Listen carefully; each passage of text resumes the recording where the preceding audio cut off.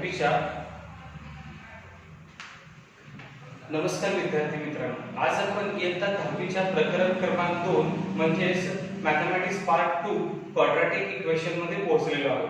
तर आतापर्यंत आपण क्वाड्रॅटिक इक्वेशन मध्ये प्रॅक्टिस सेट 2.1 मध्ये क्वेश्चन फर्स्ट अँड सेकंड पाहिले होते. आज आपण बघणार आहे क्वेश्चन नंबर 3. तर बघूया क्वेश्चन नंबर 3 मध्ये आपल्याला काय प्रश्न विचारलाय. Write the following equation in the form of ax square plus bx plus c is equal to 0.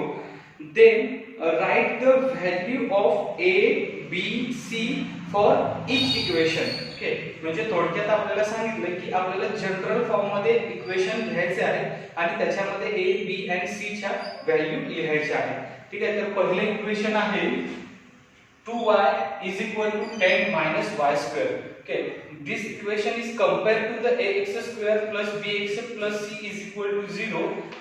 Then minus y काय होणार आहे प्लस y square होणार आहे. हे plus 2y as it is असणार आहे and 10 आफ्टर मायनस होणार आहे is equal to 0.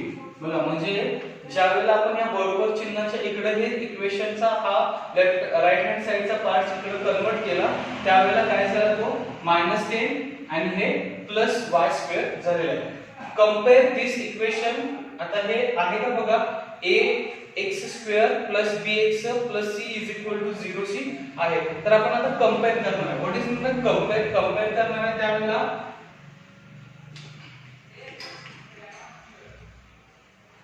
compare with ay square plus by plus c is equal to 0. बघा, मी तुम्हाला सांगितलं होतं इथं y असेल तर इथं y लिहायचं आहे. जनरली आपल्याला काय इक्वेशन आहे ax square plus bx plus c is equal to 0. But इथं y असल्यामुळे आपण काय लिहिलं, इथं y लिहिलेलं आहे. तर compare with this equation ay square by plus c a is equal to 1. इथं काय नाही, याचा अर्थ काय असते, 1 असते. b is equal to 2 and c is equal to -10. हे फर्स्ट एक्झाम्पल होतं.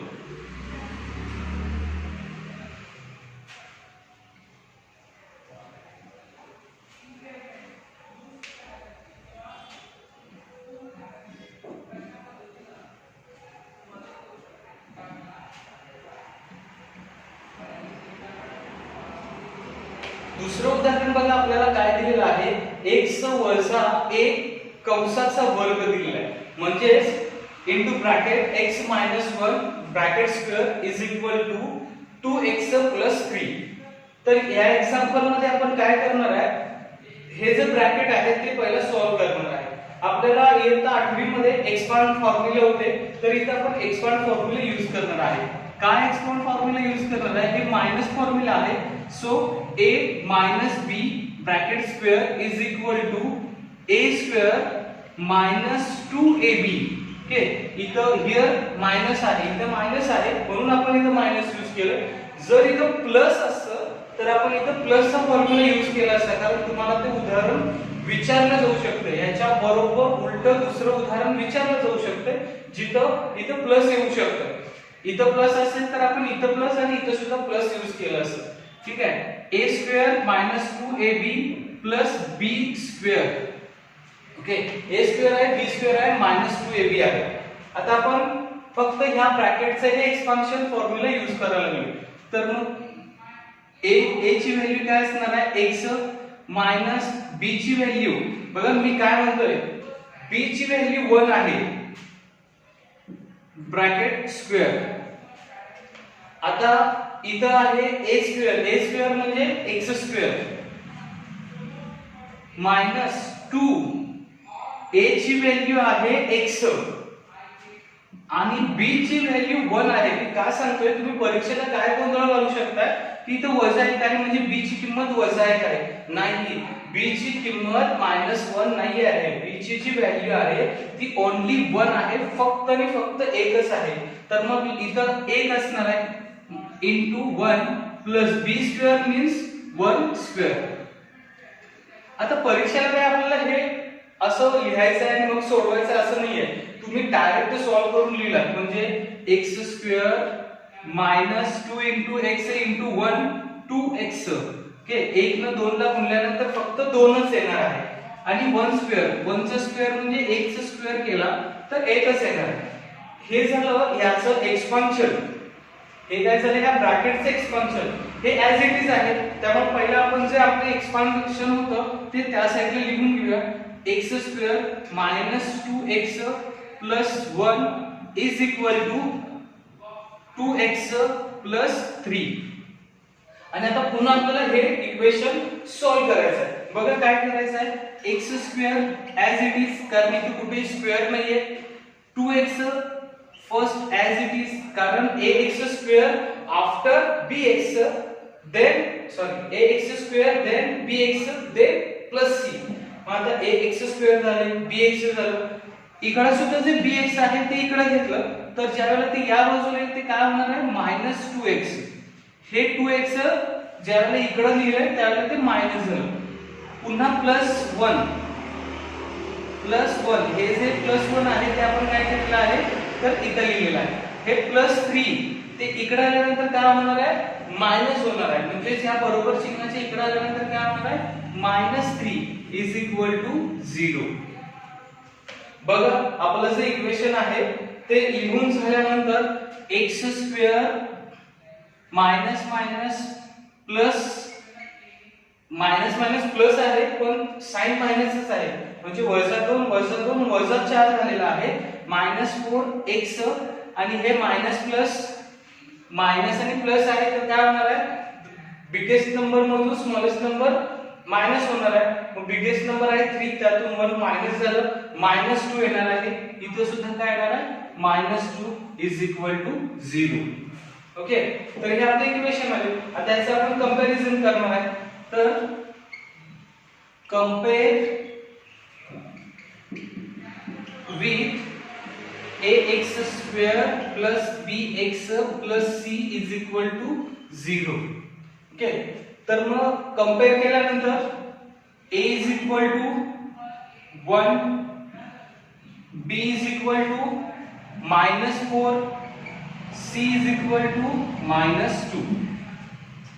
आता तुमच्या लक्षात आलं असेल की आपण फॉर्म्युले लिहत असताना जे साइन आहे त्याच्या सर्व नंबर लिहितो म्हणजे -4, -2, प्लस असेल तर प्लस, मायनस असेल तर मायनस. हे तुम्हाला लक्षात ठेवायचं. जर तुमचं सगळं एक्झाम्पल सोडवलंय आणि तुम्ही साइन द्यायला विसरला तर तुमचं उत्तर चूक होऊ शकते. त्यामुळे सगळ्यांनी काय करायचं, सोडवत असताना त्याचे साइन चुकायचे नाही. ओके, तर या इथं आपला दुसरा प्रश्न संपला. बघा आता आपण तिसरं उदाहरण बघणार आहे. त्यापूर्वी तुम्ही जे दुसरं उदाहरण बघितलं होतं ते आयएमपी उदाहरण आहे. कोणतंही वर्ष असू दे ते उदाहरण आयएमपी राहणार आहे. त्यामुळे लक्षात ठेवा दुसरं उदाहरण तुम्ही स्वतःहून एकदा सोडवून बघा. तिसरं उदाहरण काय दिलंय, x वर्ग अधिक 5x बरोबर वजा ब्रॅकेट मध्ये 3 वजा x म्हणजे x square plus 5x is equal to minus into bracket 3 minus x bracket close. तर आता आपण काय करणार आहे, हे एक्झाम्पल सॉल्व्ह करण्यासाठी पहिला x square as it is plus 5x as it is आणि आता ही साइड सोडून बघणार आहे. त्यामध्ये बघा मायनस आहे 3 ला, इथं मायनस आहे याचा तो 1 आहे असं सपोज करा. तर मग या मायनस न, कारण इथं जर 2 असतं तर तुम्हाला ब्रॅकेटला मल्टिप्लाय करायला लागलं असतं. इथं काही नंबर नाही दिला तर तुम्ही सपोज करायचं 1 आहे आणि त्या 1 न ब्रॅकेटला मल्टिप्लाय करते.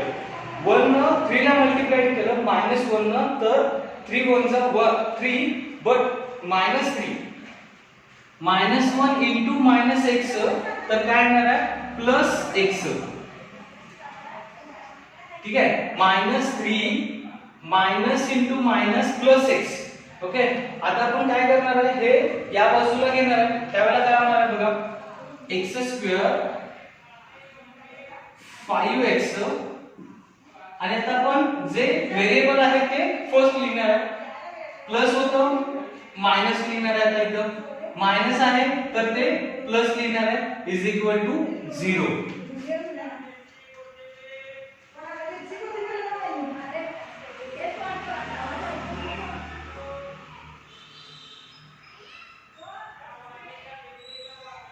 आता बघा x² + 5x - x + 3 = 0 आलेला आहे. आता हे आपण इक्वेशन सॉल्व्ह करणार आहे. x² प्लस मायनस 5 मधून 1 मायनस झाले, बिगेस्ट नंबरचं sign 4x + 3 = 0. Compare this equation with ax² + bx + c = 0. Okay, तुम्ही फक्त एवढंच लिहिलं तरी सुद्धा चालणार आहे. फक्त हे सॉल्व्ह करणं गरजेचं आहे. बघा, a = 1, b = 4 and c = 3. Okay, तर तुमच्या ज्या व्हॅल्यू आहेत a 1 b 4 c 3 हे ह्या व्हॅल्यू लक्षात ठेवा. आणि हे तुमचं तिसरं उदाहरण होतं. चौथं उदाहरण बघा, 3m² = 2m² - 9. तुम्ही जर व्यवस्थित ऑब्झर्वेशन केला तर इथे m² च्या व्हॅल्यू दिलेल्या आहेत. ओके, म्हणजे जो आपलं जनरल फॉर्म आहे ax² bx नाहीच आहे, म्हणजे आपल्याला bx इथे लिहायचं आहे. म्हणजे जसं सेकंड एक्झाम्पल इम्पॉर्टंट होतं तसंच फोर्थ एक्झाम्पल इम्पॉर्टंट आहे. बघा, 3m² हे काय करूया आपण, सगळे या बाजूला घेतलं, काय होणार आहे, प्लस आहे, हे मायनस झालं. 2m² हे मायनस आहे, काय होणार आहे, प्लस होणार आहे, = 0. ठीक आहे, हे सॉल्व्ह करावं लागणार आहे कारण दोन्ही स्क्वेअर आहेत. 3 मधून -2 केल्यानंतर काय होणार आहे, ओन्ली m². 3 मधून 2 गेले, राहिला 1.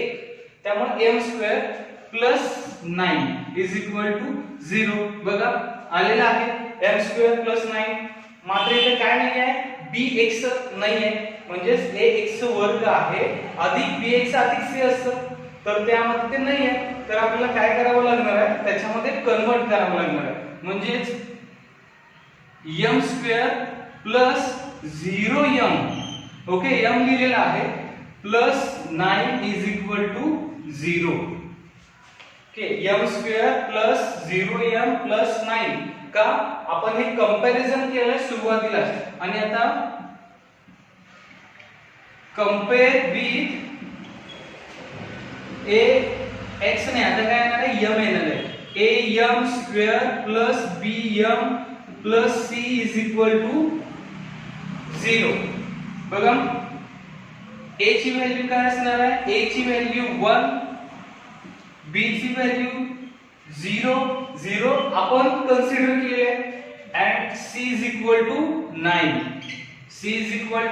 9. ओके, तर सेकंड एक्झाम्पल आहे, त्यामध्ये तुम्हाला आपण स्वतःहून हे 0 घेतले आणि कायम 0च घ्यायचे.